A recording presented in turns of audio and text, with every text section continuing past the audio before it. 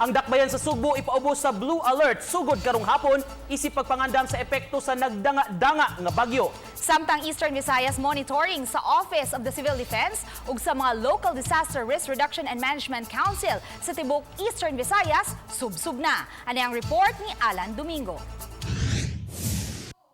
Mintras wa pa mosulod sa Philippine Area of Responsibility ang bagyo, nangandam ng daan ang Cebu City. Din gidak na magtigom karong hapon ang naglangkob sa Cebu City Disaster Council. Gitugan ni Harold Alcuntin, ang Pangulo sa CCDRRMO, nga alas 3 sa hapon karong adlaw ipaubos sa Blue Alert ang tibuok dakbayan sa Sugbo.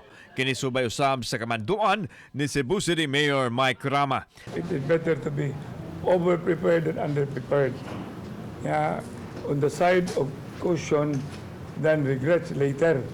Kibalo na ang atong, I would like to call it differently, the resilient, responsive, prepared.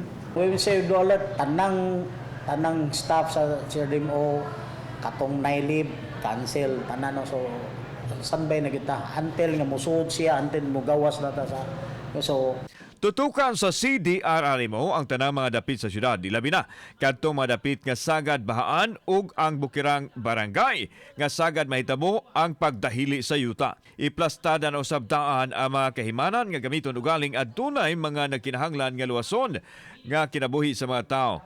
Lakip sa antamon ang pagkaon din ang TSWS ang gisangunan alang nini.